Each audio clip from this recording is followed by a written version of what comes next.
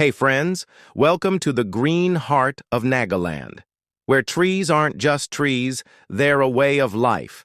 Villagers carefully nurture saplings in their nurseries, growing strong, tall trees with love and patience. But when it's time, these trees are brought down using powerful chainsaws, and sometimes the old-school way, with dowel, axe, and a giant two-man saw. No fancy machines here, just pure skill and tradition.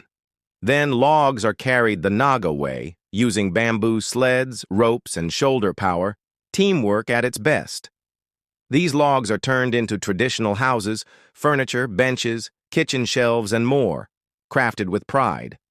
After some hearty food, rice, smoked meat, maybe some bamboo shoot, they're back to work, no rest for the hard-working.